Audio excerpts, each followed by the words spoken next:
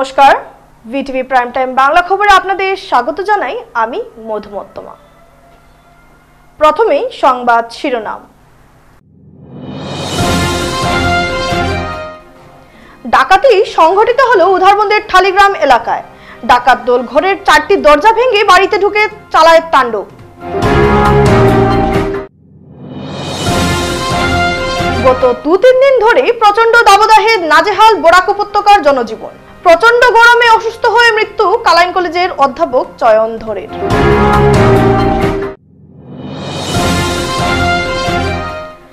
19-এর একাদশ শহীদ স্মরণে পা মেলালেন বরাকবাসী।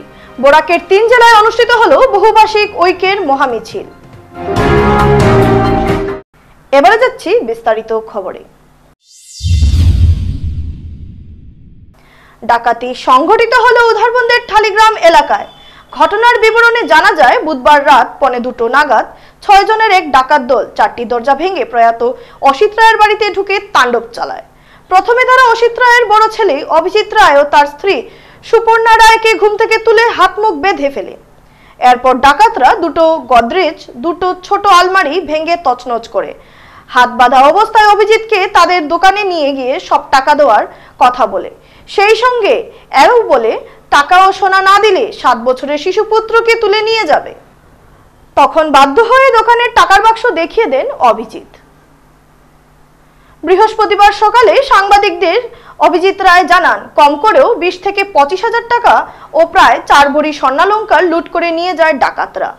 তাদের হাতে ধারালো অস্ত্র, হাতে তৈরি বন্দুক ও লাঠি ছিল। রাতেই খবর পেয়ে উধারবন পুলিশ অভিজিৎ রায়ের বাড়িতে গেলেও এ সংবাদ লেখা পর্যন্ত কাউকে গ্রেফতারের খবর পাওয়া যায়নি। গতকালকে রাত্রে আমরা তো ঘুমের মধ্যে আসলাম, হঠাৎ ঘুমের মধ্যে আগে 2টা ছেলে টর্চ মারলো, আর টর্চগুলো আসলে অ্যান্ড স্লাইটার, হ্যাঁ নর্মাল টর্চ না, একটু আলোটা ফোকাসের মধ্যে হলো। আর ছোটো পড়ায় আমি উঠে গেলাম, আমার কাপড় লাগাও কাপড় লাগাও কাপড় লাগাও। আমি ক্যান্ডি লাগাই ঘুমাইছিলাম, শর্টস লাগাই কাপড় লাগাও, উঠে আমার হাত বাঁধে দিয়েছে। গত 2-3 দিন ধরে প্রচন্ড দাবদাহে নাজেহাল বরাক উপত্যকার আম জনতা। গ্রীষ্মের এই গরমে আজ পাড়া গিয়ে দাঁড়ায় সর্বোচ্চ 36 ডিগ্রি ও সর্বনিম্ন 26 ডিগ্রি সেলসিয়াস।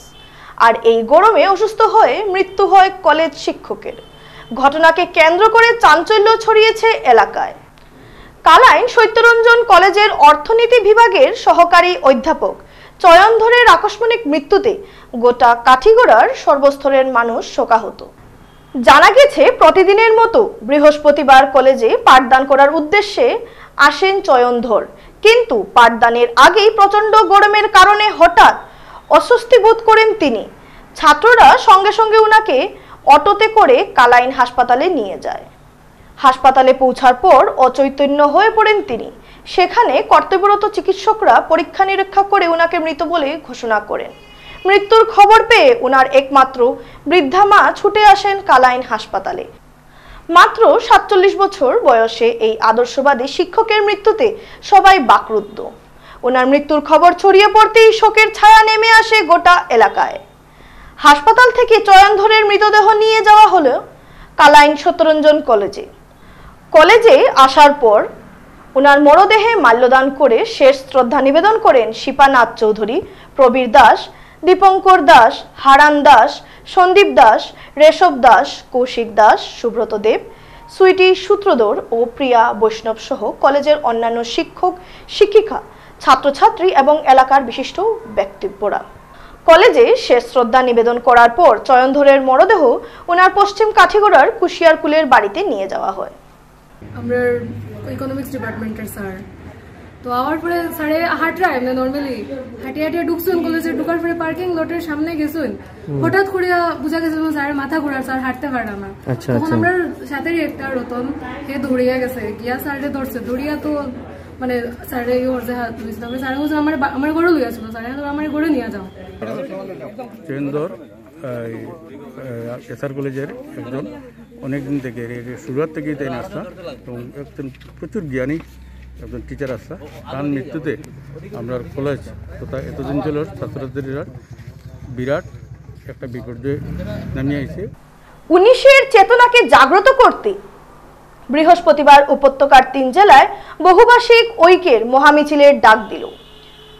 বিভিন্ন সামাজিক ও সাংস্কৃতিক সংস্থার সমন্বয় মঞ্চ বরাকের আওয়াজ রক্ত রাঙ্গানো উনিশের ইতিহাস ও আত্মবলিদানের ফলশ্রুতিতে নিজেদের সাংস্কৃতিক ঐতিহ্য ও ভাষার অধিকার বাঁচিয়ে রাখতে এদিন বিভিন্ন ভাষা জনগোষ্ঠীর মানুষ ঐক্যবদ্ধ হয়ে মহামিছিলে অংশগ্রহণ করে পথে পায়ে পা মেলান। আগামী 19শে মে বরাক জুড়ে আয়োজিত হতে যাওয়া ভাষা শহীদ দিবসকে সামনে রেখে শিলচরের স্থিত নেতাজি মূর্তির পাদদেশ থেকে বহুভাষিক ঐক্যের মহামিছিলটি শহরের বিভিন্ন রাজপথ পরিক্রমা শেষে গান্ধীবাগ এসে সমাপ্তি হয়। 19এর চেতনাকে জাগ্রত করতে এই পথ চলা আক্ষরিক অর্থে এদিন এক মহামিছিলের রূপ নিতে দেখা গেছে।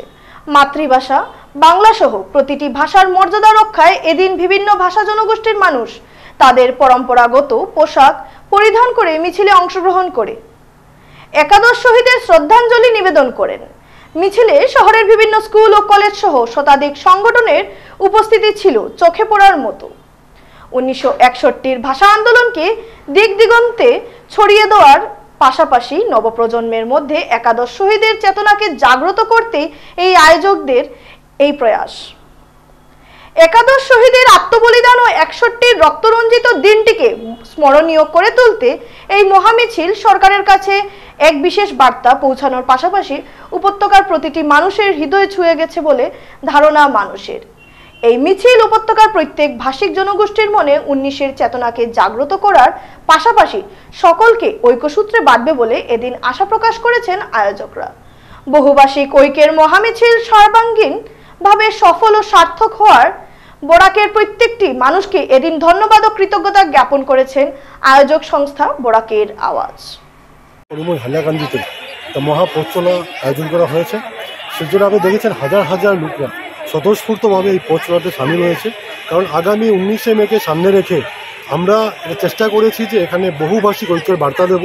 তো আপনারা দেখেছেন বিভিন্ন স্তরের লোকরা এই সমাগমে সামিল হয়ে তারা প্রমাণ করেছেন যে আমরা ভাষিক ঐক্যে বিশ্বাসী এবং শহীদদের প্রতি শ্রদ্ধা জানিয়ে আজকে মহামিছিল সফল হয়েছে।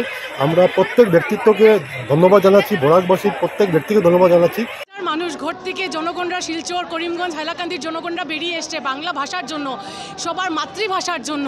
আজকে এটা বরাক উপত্যকার একটা শক্তি হয়ে দাঁড়াচ্ছে যে 3টা জেলা শহর মিলে এক সুরে বাংলা ভাষা এবং প্রত্যেকেই নিজের মাতৃভাষাকে এমনভাবে সম্মান দিচ্ছে। আমাদের 11 জন যে শহীদ হয়েছে তাদেরকে সম্মান জানাচ্ছে। 19শে মেকে সামনে রেখে আজকে আমাদের এই মহামিছিল বহুভাষিক মহামিছিল, যেখানে বরাক উপত্যকার একটি বড় উদাহরণ হচ্ছে গিয়ে যেটা সমগ্র আসামে আমরা প্রকাশ করতে চাইছি। এখানে কোনো ভাষাভাষী লোকদের মধ্যে কোনো ভেদ নেই। এখানে আসামিজরাও যেরকম আছে, মণিপুরীরাও আছেন, বিশ্বপ্রিয়া মণিপুরীরাও আছেন, হিন্দুস্তানিরাও আছেন, সবাই আছেন। শিলচর কোর্ট প্রাঙ্গণে ন্যাশনাল লিগ্যাল সার্ভিস অথরিটি এবং আসাম স্টেট লিগ্যাল সার্ভিস অথরিটির আদেশ অনুসারে গত 11 মে কাছাড় শিলচর জেলা আইনি পরিষেবা কর্তৃপক্ষ দ্বারা জাতীয় লোক আদালতের আয়োজন করা হয়েছিল। এতে বিচারাধীন মামলা যেমন দেওয়ানি, ফৌজদারি, বৈবাহিক বিরোধ ইত্যাদির সঙ্গে প্রাক মোকদ্দমা মামলা যেমন ব্যাংক পুনরুদ্ধার, টেলিফোন বিল এবং বিদ্যুৎ বিলের মীমাংসা করা হয়। এদিন মোট 596টি বিচারাধীন এবং প্রাক মোকদ্দমা মামলা নিষ্পত্তি করা হয়। এ বিষয়ে জেলা আইনি পরিষেবার সেক্রেটারি সালমা সুলতানা বিস্তারিতভাবে বক্তব্য রাখেন। আমি Salma Sultana, secretary district legal service authority Cachar. আমি সমস্ত লিটিগেন্টস আর পাবলিককে ধন্যবাদ দিতে চাই যে এইবার ন্যাশনাল লোক আদালত আয়োজন করা হয়েছিল 11 মে 2024-এ। আর এই লোক আদালতটা সাকসেসফুল হয়েছে। আমাদের টোটাল 596 কেসেস আমরা ডিসপোজ অফ করেছি, শেষ করেছি। আর আমাদের টোটাল অ্যামাউন্ট রিকভার হয়েছে 3,27,21,973 রুপিস। এবারে খবর নিচ্ছি সামান্য বিরতি, সঙ্গে থাকুন।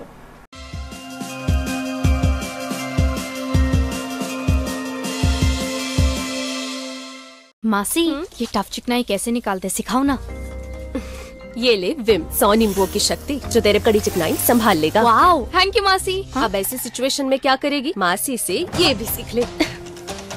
मासी आप तुझे क्या लगा मासी को सिर्फ बर्तन धोना आता है? बहुत कुछ नया दिखेगा जब देखोगे बर्तनों से आगे। विम। बिजनेस बढ़ाना, गुड़िया को पढ़ाना या मिसेस के साथ वेकेशन, लो मुथूट फाइनेंस गोल्ड लोन। भरोसा इंडिया का, भरोसा इंडिया का। मुथूट फाइनेंस भारत का नंबर 1 सबसे भरोसेमंद financial services brand. Gold loan के लिए अभी कॉल करें 1-800-313-1212। School जाबले ready? 1942 भारत त्याग आंदोलन, 1947 भारत और स्वाधीनता। কৰ পৰা পঢ়ি আছা? ইয়াৰ পৰা প্ৰতিদিনে হৰলিক্স প্ৰতিক্ষণে ৰেডি, কাৰণ কনচেন্ট্ৰেচন বঢ়োৱাৰ বাবে হৰলিক্স হল প্ৰমাণিত, যাতে ল'ৰা ছোৱালী হয় sharp. Hey, watch it. Excuse me, you look tired. Please sit. So tired, that too at this age. Try Revital H daily. It's 19 multivitamins, minerals and natural ginseng. Increase oxygen carrying capacity in the body and gives 30% more energy in just 30 days. Revital H. You're stuck, right? It will be difficult to go in like this. Easy, easy, it's easy. Now it will be easier. It's easy now. But these tough stains, removing these tough stains is easy too. Surf Excel Easy Wash. The power of 10 hands makes removing such tough stains easy. Surf Excel Easy Wash. ফিরে এলাম বিরতির পর। মাতৃভাষা আন্দোলনের অমর একাদশ শহীদের আত্মবলিদানের চেতনাকে ছাত্রছাত্রী ও নবপ্রজন্মের মধ্যে জাগ্রত করার লক্ষ্য ছাত্র সংগঠন AIDSO এর পক্ষ থেকে আজ শিলচরের Chhotelal state girls high school, Malugram girls high school, Cachar high school, Vivekananda বহুমুখী মাধ্যমিক স্কুল ও DNNK হায়ার সেকেন্ডারি স্কুলে পথনাটক পরিবেশন করা হয়। বরাক উপত্যকার মাতৃভাষা আন্দোলনের ইতিহাস ও বর্তমানে মাতৃভাষা মাধ্যমে সরকারি বিদ্যালয় বন্ধের ঘটনাকে নাটকের বিষয় হিসেবে তুলে ধরা হয়। সংগঠনের পক্ষ থেকে আগামীকাল ও পরশু জেলার বিভিন্ন স্থানে পথনাটক পরিবেশন করা হবে। এছাড়াও AIDSO, AIDOIO, AIMSS এবং কমসমলের পক্ষ থেকে 19শে মে সকাল 6:30টায় শিলচর রেল স্টেশনের ভাষা শহীদ স্মারকে, সকাল 8টায় শ্মশানঘাটের শহীদ স্মৃতিতে এবং 2:35 গান্ধীবাগের শহীদ মিনারে শহীদদের শ্রদ্ধা নিবেদন করা হবে। 19শে মে দুপুর 1টায় রাঙ্গিরখাড়ি ভাষা শহীদ বেদির পাদদেশে থেকে গান্ধীবাগের শহীদ মিনার পর্যন্ত সংগঠনগুলির যৌথ উদ্যোগে একটি সুসজ্জিত মিছিলেরও আয়োজন সেদিন করা হয়েছে। ওই দিন বিকেল 4টা থেকে শহীদ ক্ষুদিরাম মূর্তির পাদদেশে অনুষ্ঠিত হবে বিভিন্ন সংগঠনের পক্ষ থেকে পথনাটক, সাংস্কৃতিক অনুষ্ঠান ও আলোচনা সভা। বরাক উপত্যকা সহ রাজ্যের বিভিন্ন জনগণ, সংগ্রামী জনগণের উদ্যোগে গড়ে ওঠে গণসংগ্রাম পরিষদ। গণসংগ্রাম পরিষদের নেতৃত্বে আন্দোলন শুরু হয়। 1961 সালের 19শে মে শিলচর রেল স্টেশন 11 শহীদের রক্তে লাল হয়ে যায়। মাতৃভাষা জিন্দাবাদ, জিন্দাবাদ, জিন্দাবাদ। মাতৃভাষা জিন্দাবাদ, জিন্দাবাদ, জিন্দাবাদ। জান দেব তো জবান দেব না, দেব না, দেব না। জান দেব তো জবান দেব না, দেব না, দেব না। আমরা নাকি রুচিকার বাংলা পড়তে পারবো না? কি বাংলা পড়তে পারবো না? এসব কি বলছিস রে? আমি তো সেটাই শুনেছি। সোনাই শিক্ষাখণ্ডের অন্তর্গত সেন্ট ক্যাথরিন গঙ্গানগর জনতা এমই স্কুলের 74 জন ছাত্রছাত্রীদের মধ্যে স্কুল ব্যাগ বন্টন করা হয়েছে। স্কুল পরিচালন কমিটির নবনির্বাচিত সভাপতি খায়রুল হক চৌধুরী ছাত্রছাত্রীদের উৎসাহী করতে নিজেদের ব্যক্তিগত উদ্যোগে এই স্কুল ব্যাগগুলো বন্টন করেন। বৃহস্পতিবার স্কুলের এক অনুষ্ঠানের মধ্যে দিয়ে ছাত্রছাত্রীদের হাতে স্কুল ব্যাগ তুলে দেওয়া হয়েছে। এতে উপস্থিত ছিলেন স্কুল SMC এর সকল সদস্য সহ সভাপতি লুৎফুর রহমান লস্কর, সমাজসেবী আজিজুর রহমান মজুমদার, বজেন্দ্র চন্দ্র দাস, আইনউদ্দিন লস্কর, লুৎফুর রহমান বরভুইয়া, জাকির হোসেন লস্কর, সালময় উল্লাহ লস্কর, ধীরেন্দ্র চন্দ্র দাস, রিয়াজুল হক বরভুইয়া প্রমুখ। সভায় বক্তব্য রাখতে গিয়ে প্রত্যেক বক্তা SMC সভাপতি খায়রুল হক চৌধুরীর এই উদ্যোগকে সাধুবাদ জানান। এই ছোট ছোট কচিকাচাদের যে স্কুল ব্যাগ বিতরণ করতেছে আমি ওনাকে আমার তরফ থেকে বিশেষ ধন্যবাদ জ্ঞাপন করতেছি, কারণ তার মনোবৃত্তি অনেক বড়। প্রত্যেক ছাত্রছাত্রী আমরা জানি আগের সিস্টেমে থাকি গেছে গিয়া সবই তার ছেলেমেয়েদের ব্যাগ দেয়, খানি দেয়, সাপোর্ট দেয়, এটা বড় কথা নাই। বড় কথা হইল এখানে যেহেতু একটা আয়োজন করা হয়েছে, গরমে মাটির নিচ থেকে বেরিয়ে পড়ল সাদা রঙের বিরল প্রজাতির একটি সাপ। ঘটনাটি ঘটেছে বুধবার শিলচর শহরের সোনাই রোডের শরৎপল্লী সংলগ্ন রাস্তার পাশে থাকা ড্রেনে। সাপটি দেখতে কৌতূহলী মানুষের ভিড় জমে ওঠে। এ ধরনের সাদা রঙের বিশাল সাপ আগে দেখা যায়নি, তাই লোকজনের ভিড় জমে ওঠে। উল্লেখ্য 3 দিন ধরে শিলচরে প্রচন্ড গরম পড়েছে, হয়তো গরমের কারণেই সাপটি বেরিয়ে আসে। শেষ করার আগে সংবাদ শিরোনাম আরো একবার। ডাকাতি সংঘটিত হলো উধারবন্দের ঠালিগ্রাম এলাকায়। ডাকাত দল ঘরের 4টি দরজা ভেঙে বাড়িতে ঢুকে চালায় তাণ্ডব। গত 2-3 দিন ধরে প্রচন্ড দাবদাহে নাজেহাল বরাক উপত্যকার জনজীবন। প্রচন্ড গরমে অসুস্থ হয়ে মৃত্যু কালাইন কলেজের অধ্যাপক চয়ন ধরের।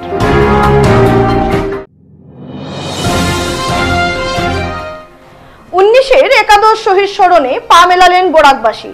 বরাকের 3 জেলায় অনুষ্ঠিত হলো বহুভাষিক ঐক্যের মহামিছিল। ভিটিভি প্রাইম টাইম বাংলা খবর আজ এ পর্যন্তই। নমস্কার।